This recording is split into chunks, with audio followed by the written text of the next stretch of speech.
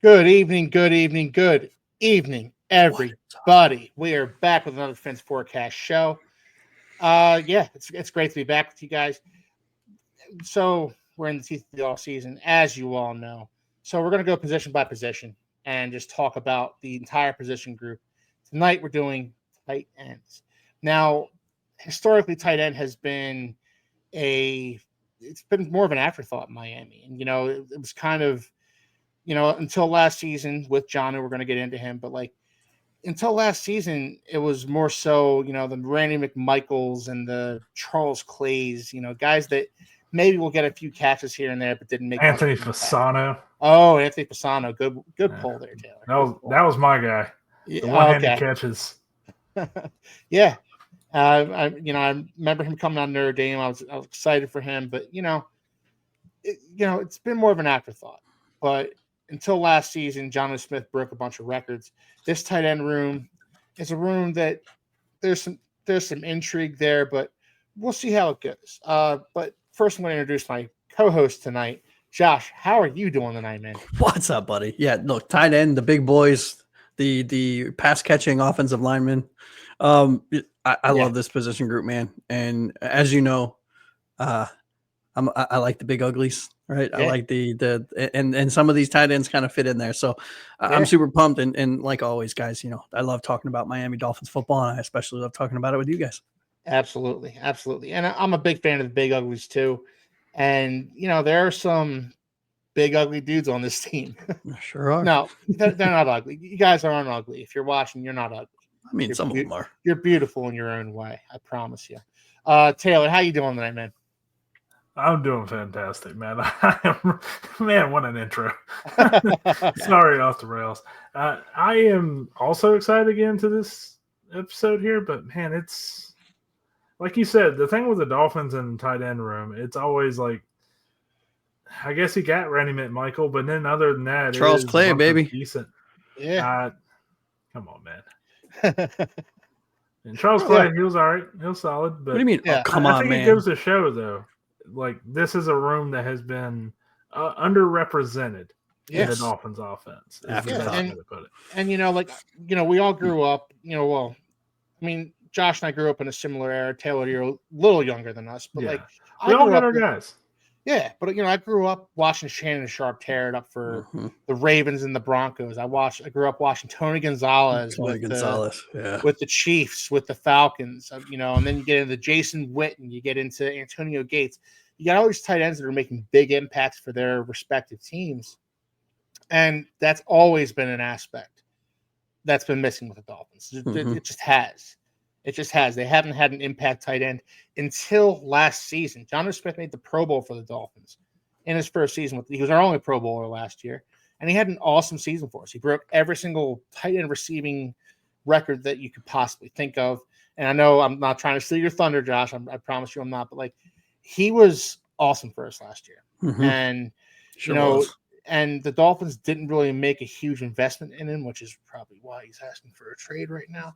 Or once, a pay bump. The Dolphins didn't make a huge investment in him. He outplayed his contract last year. I don't think that's up for debate at all. So you know what? Let's talk about that before we get into how cool Jonnu is and everything. Let's spend a tiny bit of time if you guys want to. Yeah, talking about the current Jonnu Smith system, not what he did last year, not what we think he's going to do. Yeah. But let's chat about it, right? I mean, I am split. I'm going to be honest with you and the fans. I am split. I can see the pros and I can see the cons. Yeah. And before I put my foot in my mouth and start waxing poetic about how I feel about Jonnu Smith asking for more money, should we trade him? I'm going to open it up to both of you and let you guys do that first, and then I'll come in last. All right. I'll start here, Taylor, if you don't mind. What I feel about Jonnu Smith, and this is something that I've actually kind of come full circle on. When he first asked for a trade, I thought, God, no. What is this tight end going to look like without Jonnu Smith? And then we did our last episode on wide receivers. And I saw how many times Jonnu Smith lined up in the slot as opposed to in line last year. And I see Nick Westbrook-Akine. who would line up in the slot for the Dolphins and would be a much better blocker than Jonnu Smith would be, because Jonnu Smith is not just not what he does. It's not the best aspect of his game, and you wouldn't lose that much at the receiver position, as a receiver. I'm starting to come around to Jonnu potentially not being on the Dolphins in 2025, and should that happen, I whereas maybe a week ago I would have been singing the blues. If it were to happen now, maybe I would be a tad more amenable to it. Although I don't want to see him go, because I love the Dolphins last year. I love, especially as a receiver. He was great after the catch. He was a Johnny on the spot. He was a great safety blanket for whoever was playing quarterback for the Dolphins last year. So with Taylor, what do you think, man?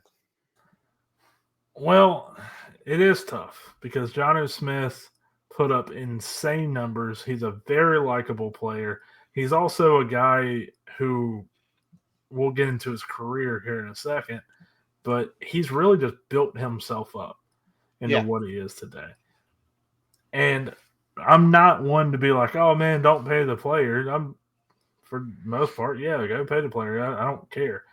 But the thing that gives me a little bit of hesitation is like, as a Dolphins fan, to sit here and go, hey, let's not give everybody new contracts. Let's not spend a whole lot of money here. Oh, but this one guy we can. But then in 2 years, if Jonnu doesn't produce at the same level, then it's going to be looked at like, oh, why did Chris Greer give him that contract? And I see the positives of what Jonnu Smith brings to the offense. The sole Pro Bowler on the team last year, very deserved. Cannot praise this guy enough. But also hit 30. He's going to get paid by somebody. Does it got to be the Dolphins? No, kidding.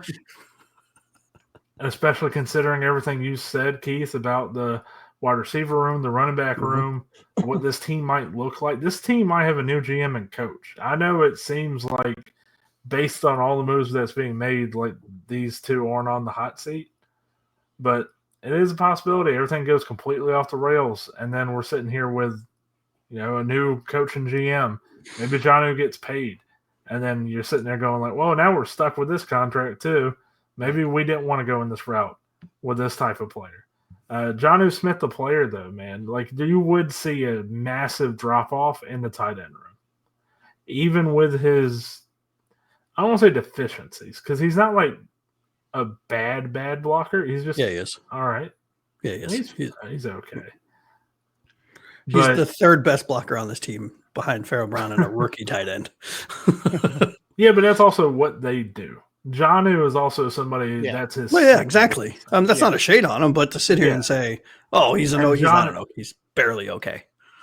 Yeah, but the thing is, the receiving wise, that's where you're going to lose out on the motion, all that stuff. But like he said, then you got the wide receivers, you got the running backs.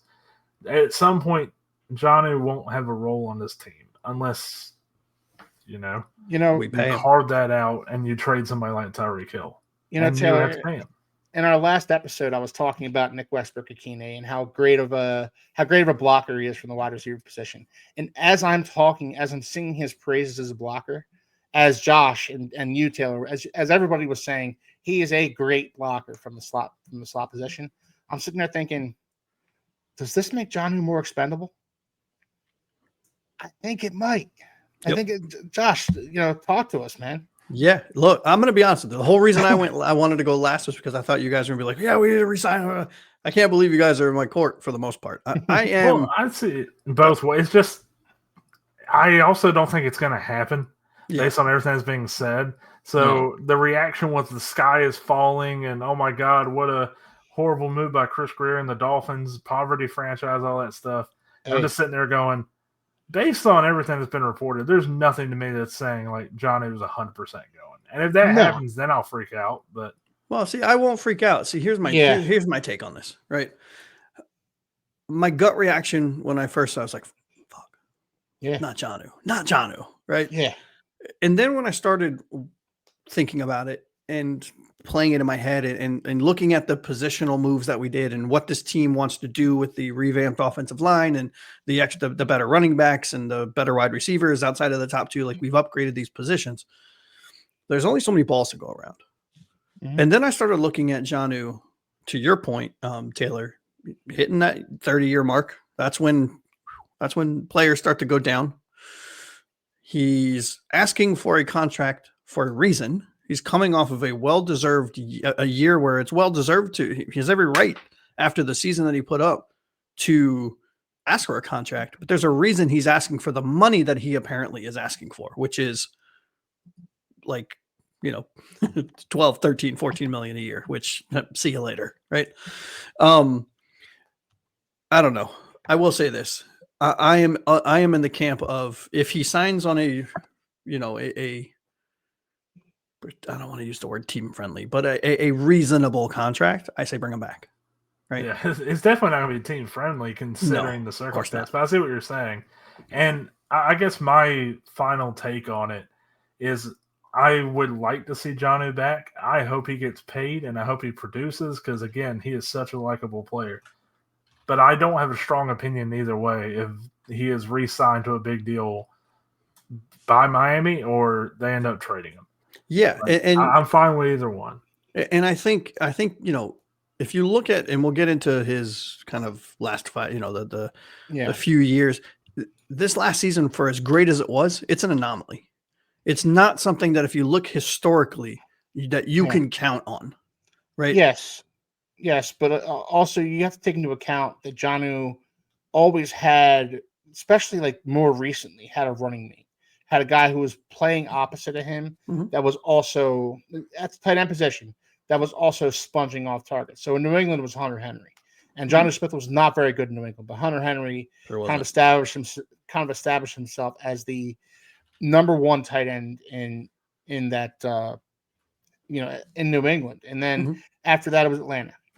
And of course Kyle Pitts. Kyle Pitts, established himself just by draft position alone, just by draft stock alone. He was number one tight end there.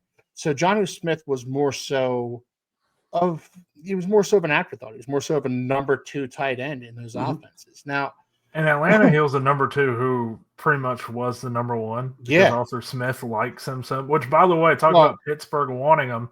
I wonder why. Where did Arthur Smith go? Yeah. Tennessee? Oh, West John. Jonnu Smith got drafted there. And Arthur Smith would draw a place, specifically for Jonnu. And in our group chat, I said, okay, let's send him to Pittsburgh for, I don't know, a fourth or fifth round pick and Darnell Washington. Yeah. And, and Darnell's a guy that I love going. Oh God. 6'7" or 6'8" or whatever it was. Like, yes, please.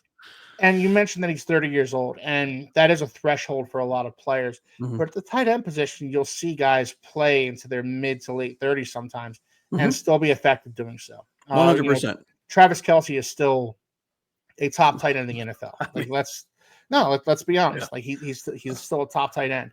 He's a generational tight end. Well, yeah, he is. Kittle is a generational tight end, right? I mean, but you'll see guys, even all right. Mercedes Lewis, who was more of a blocker, but Mercedes Lewis played well into his 30s. George Kittle is in his 30s now, Jason Witten, guys like that.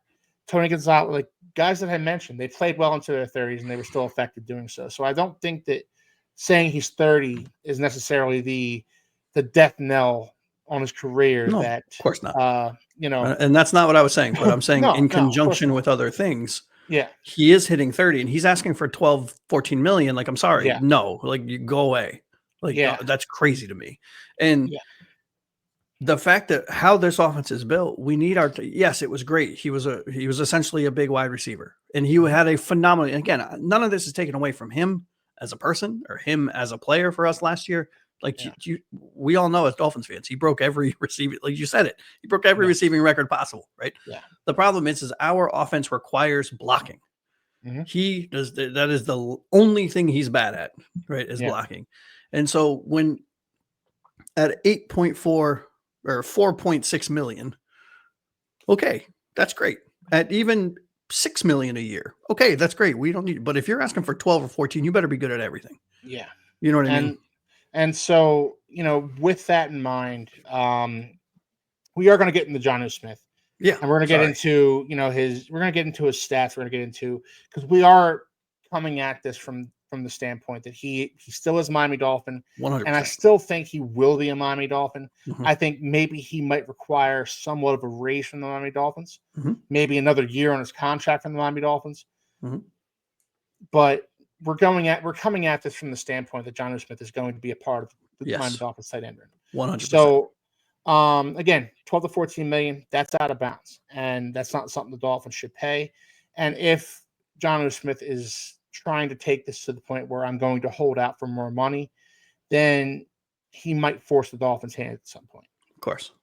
But Josh, talk to us about Jonnu Smith as though he's going to be a Miami Dolphin. 100%. And please don't take, for those that are watching, don't take anything I said as I want him off the team. I would love, I hope to God he's back. So Jonnu Smith got drafted out of FIU, Florida International. He was the 3rd round pick in 2017, pick 100 for Tennessee. He signed with us on March 8th, 2024. He signed a 2-year contract for $8.4 million total, which for a 2025 cap hit, assuming no raises given or anything like that, he's currently on the books for a $4.6 million cap hit this year.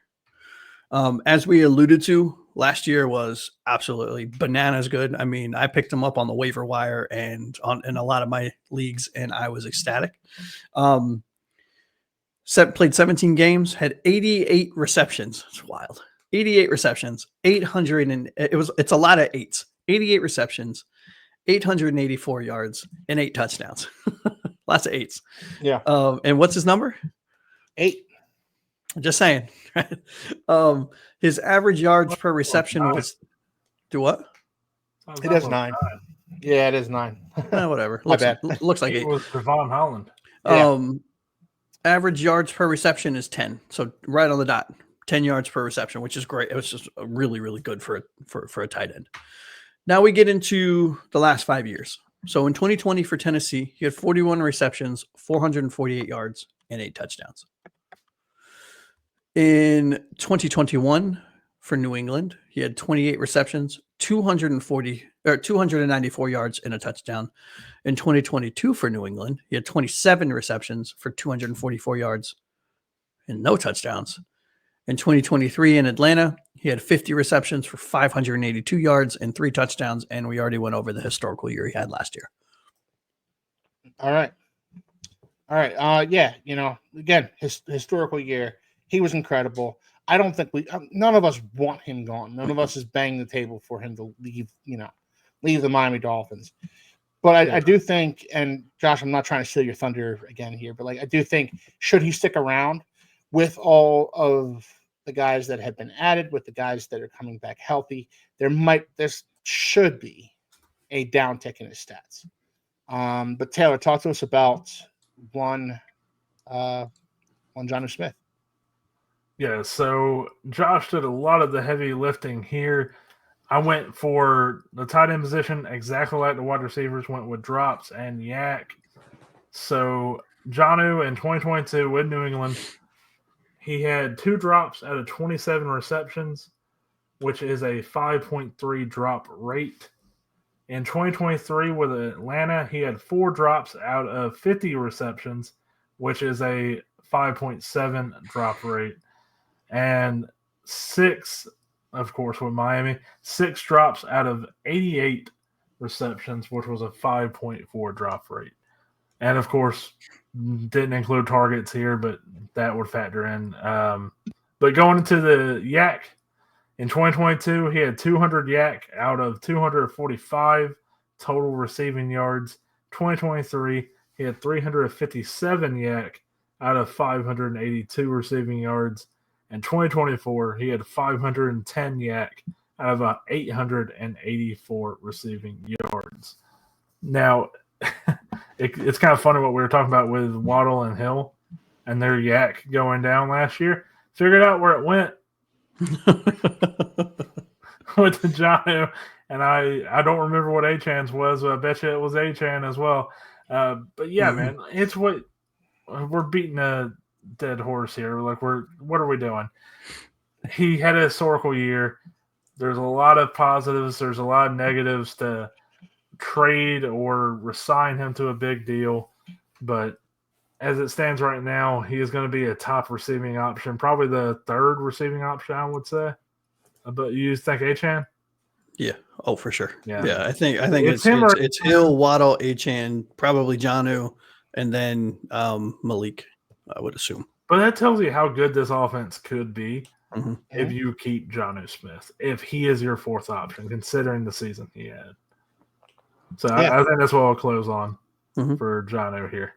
Yeah, and I love Jonnu. I love what he did for the Dolphins last year. I want to see him back, but there is going to be probably likely a reduced role for him this season, I would think. And Jonnu, to his credit, he had the best season of his career last year, and he's trying to cash in. Nobody can blame the guy. And I think he sees the writing on the wall. He probably sees the writing on the wall in Miami this year and says, wow, Tyreek's back, Jalen's back, Devon Achan's back, Tua's going to be healthy, Malik Washington, Nick West, I might not get 88 receptions for 800 some yards this season. I might get what Josh's projected stats are going to be. Segue, baby. I love it. It's so smooth. I didn't even see it coming. Yeah. So for Jonnu, I have 61 receptions. Okay. 605 yards and 5 touchdowns. Right. So we're looking at a downtake here, and understandable. Yeah. And I think, if Jonnu meets or exceeds his receptions from last year, something went wrong. In this offense. Injuries to a wide receiver or running back room. Yeah. And maybe injuries to Tua because, say what you want about Tua, say what you want about, those other guys, those Tyler Huntleys, those, Skylar Thompsons or whoever was throwing the ball for the Dolphins last year, who wasn't Tua, they were looking for the check down. They were looking for the security blanket. And that's why Jonnu got the stats that he got last year. I'm just calling a spade a spade. No, I'll tell you what, if Zach Wilson's in at quarterback, you better start Jonnu in your fantasy league. Yeah, absolutely. Yeah. Absolutely. So, that downtick in stats, that's indicative of Tua hopefully playing 17 games for the Dolphins this year. And if he does get a downtick in stats, his bargaining power when he does become a free agent becomes lesser.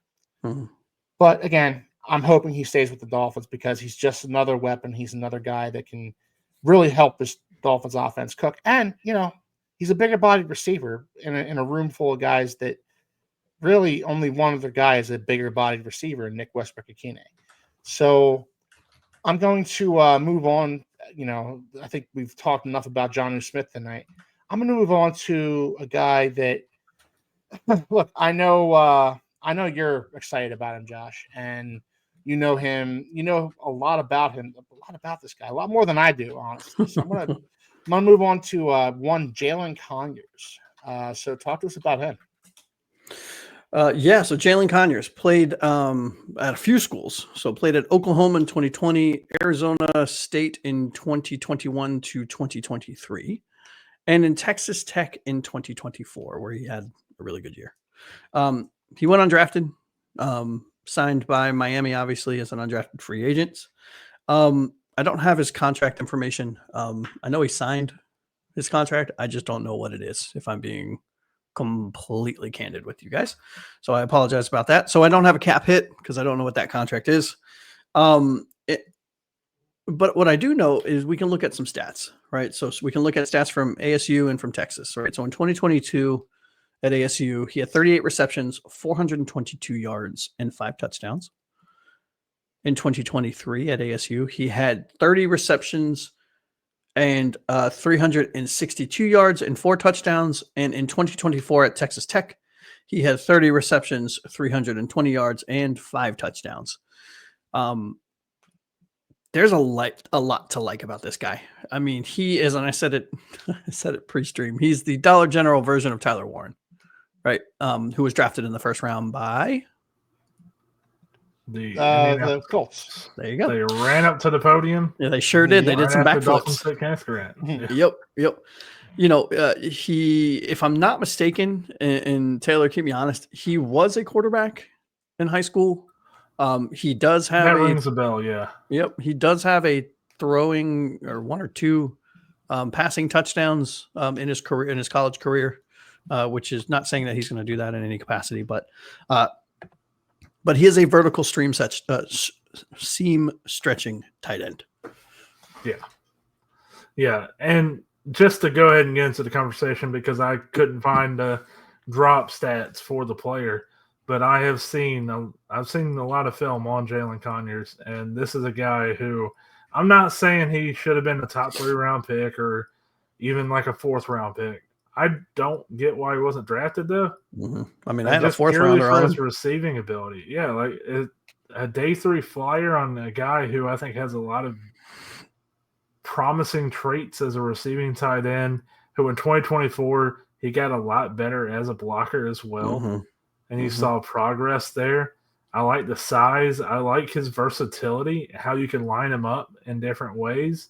Like you called him the dollar store in Tyler Warren, and it sounds like a shot. It's not, because not a whole lot of people can do what Tyler Warren does. And that's both a blessing and a curse, because one of my cons on Tyler Warren is he does so much that I am worried about wear and tear and getting injured. Well, Jalen Conyers, being an undrafted free agent tight end, coming in, hopefully working his way up, hopefully getting a roster spot, because that's not guaranteed. As much as we like this player, there's a chance he's a practice squad or something, or he gets picked up by another team. Well, yeah, there's no way he's going to stay on the – I don't think so. But anyways, go ahead. Sorry. But, well, actually, considering the contract he also got as an undrafted free agent, I kind of doubt that's going to happen when you think about it. So this is a player to me that I'm not saying he's going to be tight end 1 or anything crazy, or even tight end 2. But for position room where we got project after project, Hayden Rucci, right? Tanner Connor. This is the one that I'm like, okay, he can actually be some, like, you don't have to worry about Tanner Connor. Finally, it's his year, because I think Jalen Conyers is the one who can actually play a role in this offense. Yeah. And, you know, this is a room that, well, this is a guy that I think we look at him and we see traits. We see raw physical ability. We see raw traits that intrigue us, that we think, wow, we can really turn this guy into something. And, you know, honestly, like, we're all kind of coping with the possibility of Jonnu Smith potentially not being here. And we're kind of coping with what's life going to look like for this Dolphins tight end room without Jonnu Smith, should that come to pass. And should that come to pass, Jalen Conyers is going to be one of those guys that we're going to look to and say, all right, step up. We know you have the physical opportunity. Trait. Yeah. And Daniel all season talked about adversity and opportunity. And tell you what, Jonnu Smith traded. And honestly, so much opportunity. Yeah, but you know, even with Jonnu Smith in the building, there's so much opportunity. The tight end 2 spot is up for grabs, guys. Like, you know, let's be real about it. You know, nobody has taken that tight end 2 job and said it's mine, and you know, wrest it away from me if you can. That's not the case. Jalen Conyers, he, as much as anybody, he can go into camp and he can impress Mike McDaniel and impress everybody and take that tight end 2 job. And I will say this, though. I think personally, outside of left tackle, tight end is one of the hardest transitions to go from college to pro. Yes, I do. And so I really like the fact, again, assuming Jonnu isn't traded, and or if he is traded, that we don't make a trade to bring in a vet.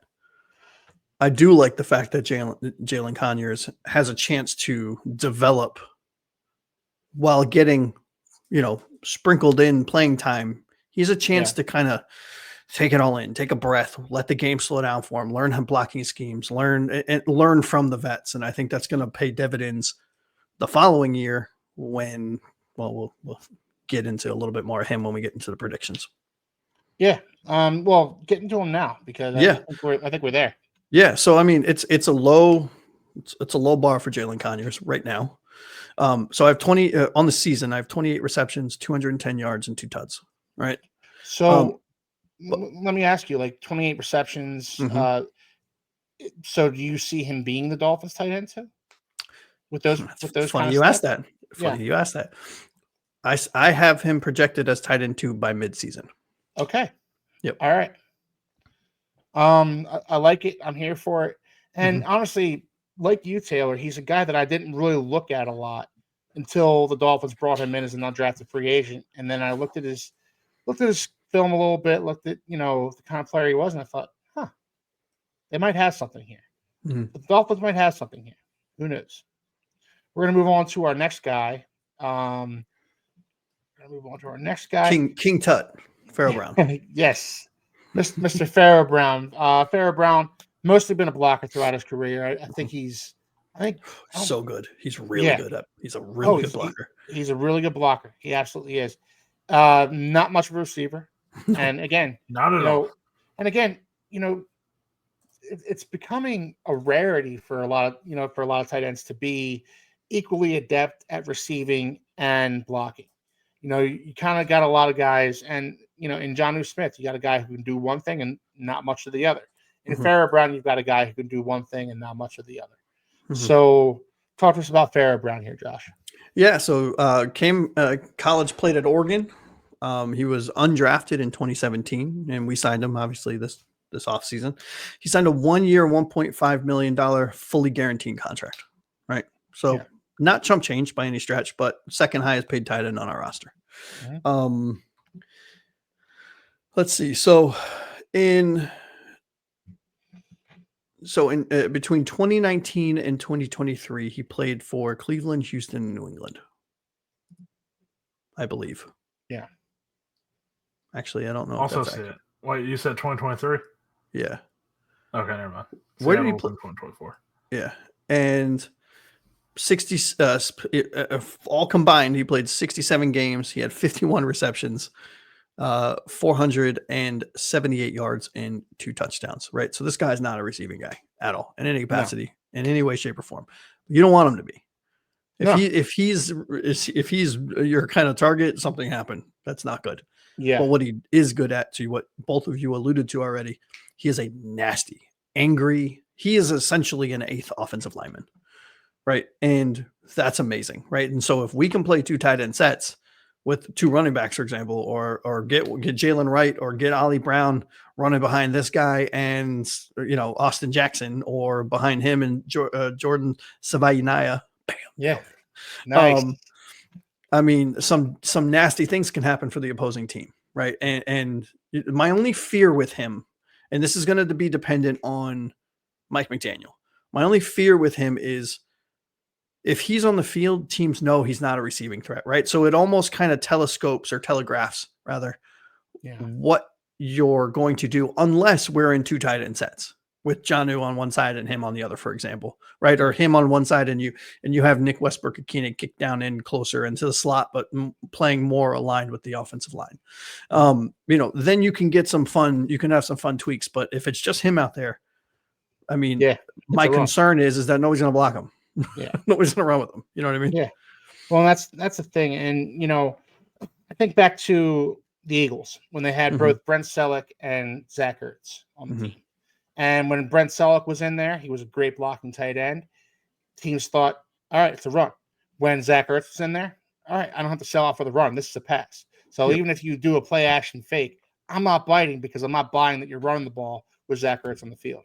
Yeah. Same kind of thing with Pharaoh Brown and Jonnu Smith. Same kind of, and that's something the Dolphins are going to have to navigate if they, hang on to Jonnu.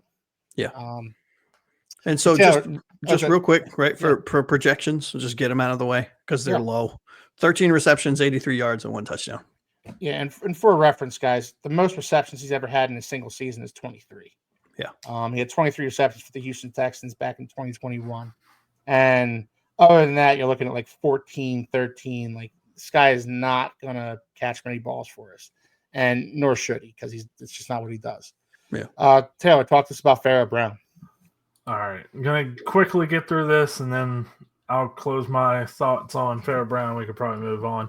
So drops in 2022 when he was started at Houston, then he went to Cleveland. 1 drop out of 12 receptions for a 5% drop rate.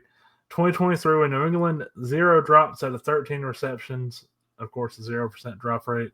And 2024, 1 drop out of 8 receptions for an 8.3 drop rate.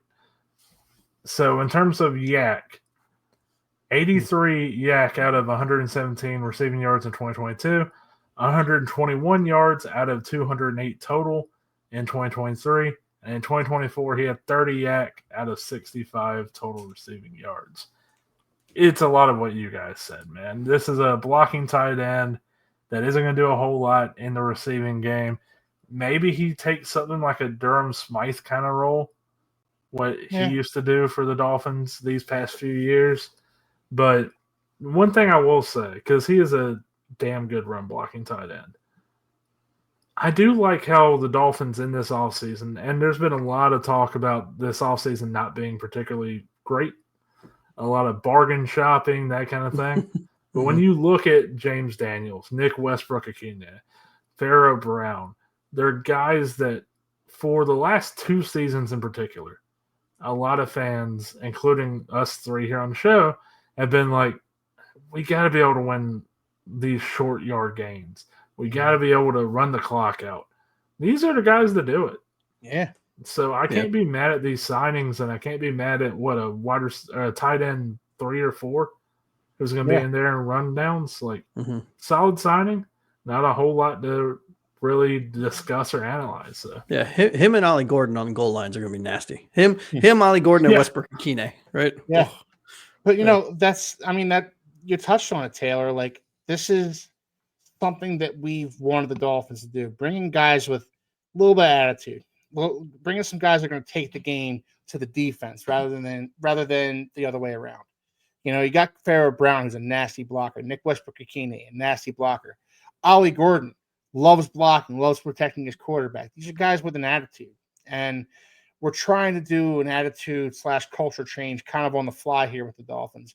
These are the kind of guys you want to bring in. These are guys. Yep. Farrah Brown is not a great receiver, but he's a very good football player. He's a guy you want in the trenches with you. So I'm actually a big fan of this guy. I don't care if he catches any balls. I don't care if he, that's not what I need him to do. I need him to, be that 6th offensive lineman that you were talking about, Josh. And it's not just the new guys coming in, too. It's the new guys coming in with guys like Malik Washington, which we saw him, how he fought his way up the depth chart, made the most of his opportunities. Guys like Devon Achane, who, he's not the biggest dude, but you know what? He will try. Like, he has that mentality to where he will attempt it.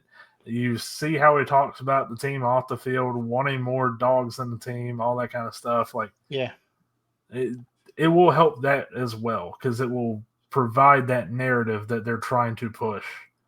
And if they can win a few games in the prime time, you'll squash a few other narratives. This team's going to start to believe. And guys like Farrah Brown, what they do don't show up on the stat sheets, guys. Alec Ingold, Farrah Brown, doesn't show up on the stat sheets. So, look, we're going to go over one more guy here. I don't necessarily want to, feel it, but please refer to him by his Phins Forecast name. Jillian Hill. As you guys know, he's actually my favorite Dolphin. He's my, he's guy. I gush over him. Gush over him weekly. Get out. No, I thought you were trolling earlier when I talked about Jalen Conyers, because you were like, Josh, I know you love this player. I thought you were teeing him up for Julian Hill. No, but Julian Hill has been public enemy number 1 on this show. Him and Jordan Poyer. Him and Jordan Poyer. Not the beginning of last season, because my dumbass was like singing his praises. Yeah. So I saw him his rookie year, and maybe he was a little overmatched. He came back last year, still looked overmatched at times. He's going to be more of a blocker. And, when he gets the ball in his hands as a receiver, I gotta hold my breath a little bit, because I just don't, he gets targets. He doesn't do a lot with him. He gets the ball. Sometimes he fumbles and sometimes he drops it. he deserves mentioning because he has played a lot of minutes for the Dolphins the last 2 seasons. But again, he's not a guy I particularly want to see on the field all that often, especially if he's going to play like he played last year. But Josh, talk to us about Julian Hill. Yeah, so this guy's a dev guy, right? I mean, it's that simple. He's a developmental prospect, right? And the thing about Julian Hill, I did it again, Julian, not Jillian, Julian Hill, is that he has the tools. He is the epitome of I'm okay at everything, but I'm not good at anything. If that makes sense. He's got the not prototypical, but he's got a good build for an NFL tight end. He's fast for his size. He can catch. Right, questionably, but he can catch. Theoretically, I mean, you see it in the preseason, and you see it in training camp. There's upside to the guy. There's a guy. There's a reason you talked him up last year. Oh, for sure. And I'll be honest. After preseason game number 2, I came on the show and was like, guys, we found our tight end 2. Hold your breath. We're good. We are solid. And then he proceeded to. And I looked at you like you were out of your freaking mind. Yeah. Well. I had I was very confident in that. Hey, I mean, you're allowed to have your guy, and you're allowed. No, it's not my guy. It was not my guy, and it's no longer my guy. But I do. Yeah. I understand why he would remain on the team. Yeah. Right. And I believe 4 tight ends is ridiculous, right? Because you're chewing up a roster spot. But I would understand if they did keep 4, because he does. He still, if he can just figure it out mentally, and when little things here and there can be tweaked.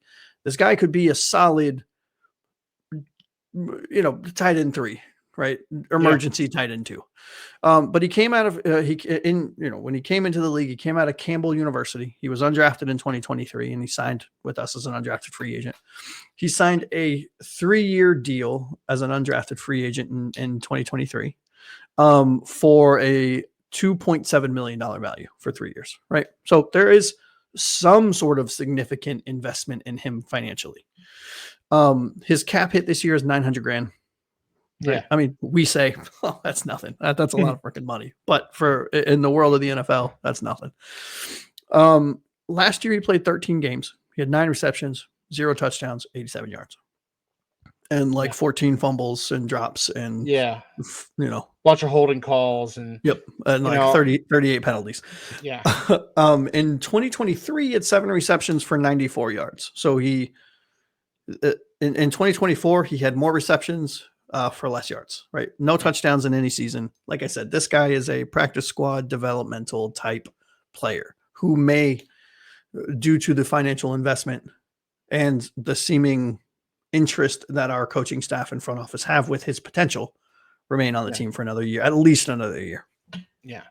I think what it boils down to with Julian Hill, and I'm going to go to you after this, Taylor. I think Jonnu, if he stays on the team, he's tight end 1, obviously. I think Farrah Brown's a shoo-in to make this team just as a blocker alone. And then I think tight end 3, you're looking at Julian Hill, Jalen Conyers. These 2 guys are going to battle it out. And Julian Hill might have the edge just because of familiarity with, he's been a Dolphin the past 2 years. Mm-hmm. So, Taylor, tell us what you think about Julian Hill. All right. So, drops in 2023, 0 out of 6 receptions, 0% drop rate. 2024, 2 out of 12 receptions, 10.5 drop rate. Yak, 30 yards of yak out of 48 receiving yards. 2024, 58 yards after catch out of 100 total receiving yards. And correct me if I'm wrong. Sped through that. Okay, go ahead. Go ahead. Yeah. No, I said correct me if I'm wrong, but one of those drops you were talking about last year led to a pretty bad interception, didn't it? What was the game? I forget, but I'm pretty sure one of those drops was a pretty consequential one, or led to an interception. I believe you. That's the thing, though. And I speed through that not to be like, oh, those stats don't matter for, again, the winning football games that turn into fights whole thing. But it's not really who Julian Hill is. And he's a blocking tight end, like Josh said, who is developmental, undrafted, who has genuinely good traits. He does. But the problem is he just hasn't put it together, and he massively regressed in 2024. And I tried to look it up. I couldn't find the exact number.